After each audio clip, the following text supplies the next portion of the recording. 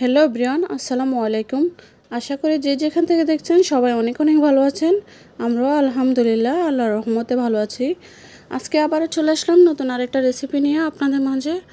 তো বিরিয়ানি তেহারি সবাই তো পছন্দ করেন, ছোট বড় সবাই পছন্দ করে। তো আজকের রেসিপি হলো খাসির মাংস তেহারি। তো পুরান ঢাকা স্টাইলে রান্না করব, তা আপনাদের সাথেও শেয়ার করব।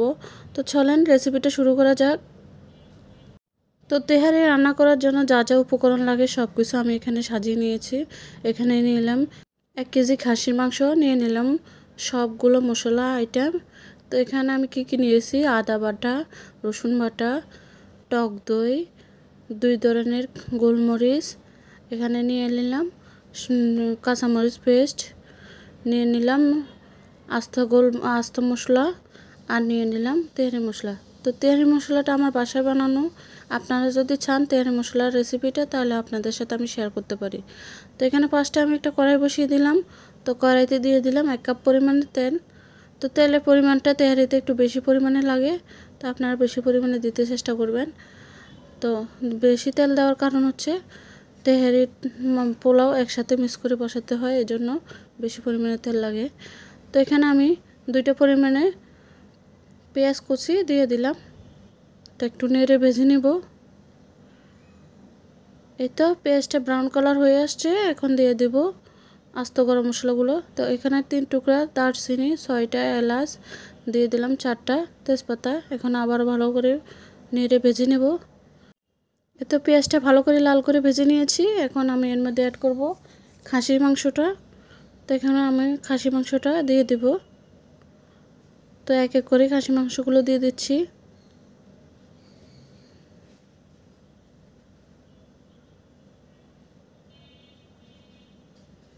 এতো খাসি মাংসটা দেওয়া হয়ে গেছে, এখন আমি ভালোভাবে পেঁয়াজের সাথে ভেজে নিব। এই তো পেঁয়াজের সাথে তেলে ভালো করে মিক্স করে নিচ্ছি।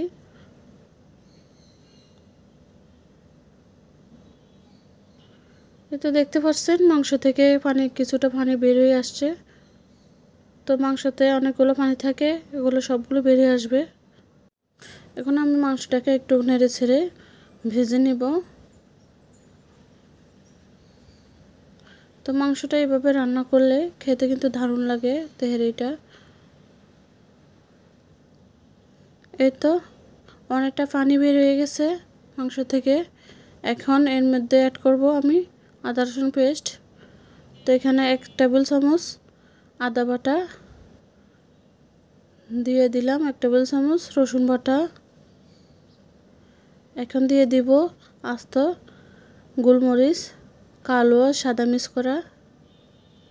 দিয়ে দিব থেতলানো কাঁচামরিচ। তো আমি কাঁচামরিচটাকে থেতলাই নিয়েছি, আপনারা ছাড়া মাঝখানে ভেঙেও দিতে পারেন। তবে থেতলানো কাঁচামরিচটা দিলে তেহারিতে ভালো। তো এখন আমি ভালো করে কষিয়ে নিচ্ছি। এখন দিয়ে দেব লবণ। তা আবারও নেড়ে ছেড়ে লবণটাকে মিক্স করে নিব। এই তো দেখতে পাচ্ছেন কিছুটা পানি শুকিয়ে তেল বেশি উঠতেছে। এখন ভালো করে নেড়ে ছেড়ে একটু কষিয়ে নিব। এখন ঢাকনা দিয়ে ভালো করে মাংসটাকে কষিয়ে নিব। তো মিডিয়াম আঁচ করে রেখে দেব ঢাকনা দিয়ে। এই তো মিডিয়াম আঁচ করে রেখে দিয়েছিলাম ঢাকনা দিয়ে। এখন দেখতে পাচ্ছেন পানিটা শুকিয়ে তেলটা বেশি উঠেছে। এখন ভালো করে নেড়ে দিচ্ছি। এখন দিয়ে দেব টক দই। এখন টক দইটা ভালো করে মাংসের সাথে মিশিয়ে নিচ্ছি। আসলে তেহারি রান্নাতে ধাপে ধাপে সবগুলো মশলা ইউজ করতে হয়, একসাথে মশলা দিলে তেহারিটা মজা আসে না। তো এখানে আমি তেহারি মশলাটা দিয়ে দিলাম। এখন আবার ভালোভাবে নেড়ে নিচ্ছি। তার কোনো মশলা ইউজ করব না এটাতে, এভাবেই রান্না করে নেব। এই তো মাংসটা ভালো করে কষিয়ে নিয়েছি। এখন মাংস সিদ্ধ করার জন্য এখন দিয়ে দিলাম প্রায় 3 কাপের মতন দুধ। লিকুইড দুধ। যদি আপনাদের কাছে লিকুইড দুধ না থাকে তাহলে গুঁড়া দুধটা পানির সাথে মিক্স করে দিয়ে দিতে পারেন। তো দেখতে পাচ্ছেন আমার মাংসটা পুরোপুরি রান্না হয়ে গেছে, মাংসটাও পুরো ভালোভাবে সিদ্ধ হয়ে গেছে। এখন আমি পোলাও চালটা এটার সাথে অ্যাড করে নেব। তো পোলাও চালটা আমি আগে থেকে ধুয়ে আধা ঘন্টার জন্য ভিজিয়ে রেখে দিয়েছিলাম। এখন পানি ঝরিয়ে আমি পোলাও চালটা দিয়ে দিলাম। এখন মাংসের সাথে পোলাও চালটাকে ভালোভাবে মিক্স করে নিব।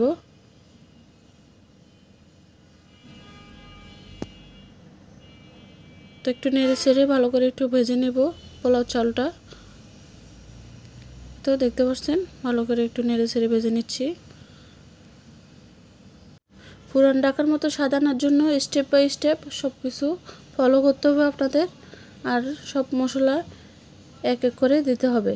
এখানে আমি পোলাও চালটাকে মাংসের সাথে ভালোভাবে ভেজে নিয়েছি। এখন আমি পানি অ্যাড করে নিচ্ছি। তো এখানে পরিমাণ মতো পানি অ্যাড করে নিব। তো আমি পানি দিয়ে ঢাকনা দিয়ে দিয়েছিলাম পানিটা ফুটে ওঠার জন্য। তো পানিটা ফুটে উঠেছে, এখন আমি একটু নেড়ে দিচ্ছি। তো আপনারা চেষ্টা করবেন পোলাও চালটা ভিজিয়ে রেখে ইউজ করার জন্য। তো পোলাও চালটা ভিজিয়ে রেখে ইউজ করলে তেহারিটা অনেক ঝরঝরা হবে আর খেতেও ভালো লাগে। তো দেখতে পাচ্ছেন এখানে আমি 4-5টা কাঁচামরিচ ইউজ করে নিয়েছি। দিয়ে দিলাম আলু বখরা 5টা। এখন দিয়ে দিলাম কিশমিশ। তো এখন ভালো করে ফুটিয়ে নিচ্ছি। এখন সবগুলো মিক্স করে দিব।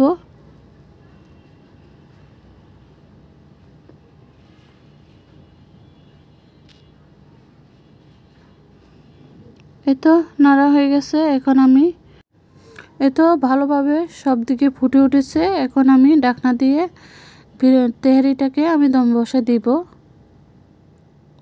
চুলার আঁচটা মিডিয়াম করে আমি দমে বসাই দিব।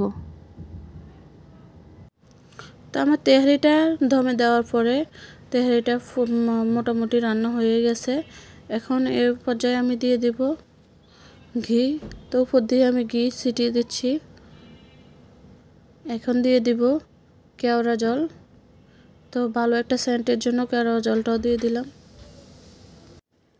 এখন দিয়ে দেব আলু।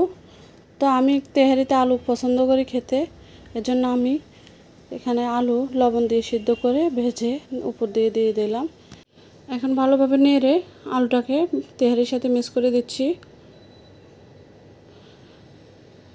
এই তো ভালোভাবে নেড়ে দিচ্ছি। আর আমার তেহারির কালারটা কত সুন্দর হয়েছে দেখতে পাচ্ছেন। তো একটা সার্ভিং ডিশে নিয়ে আপনাদের দেখিয়ে দিচ্ছি আমার তেহারিটা কত সুন্দর হয়েছে, ঝরঝরা আর খেতেও কিন্তু দারুণ মজা হয়েছে। তো আমার এই তেহারি রেসিপি আপনাদের কাছে কেমন লেগেছে অবশ্যই কমেন্টস করে জানাবেন। আর যদি ভালো লেগে থাকে লাইক শেয়ার সাবস্ক্রাইব করে আমার পাশে থাকবেন। এই তো একটা সার্ভিং ডিশ দিয়ে আমি তেহারিটাকে ভালোভাবে সুন্দর করে সাজিয়ে নিয়েছি। তো আমার এই তেহারি রেসিপি আপনাদের কাছে যদি ভালো লেগে থাকে অবশ্যই লাইক কমেন্ট করে পাশে থাকবেন, আর সাবস্ক্রাইব করে বেল আইকনটা প্রেস করতে ভুলবেন না।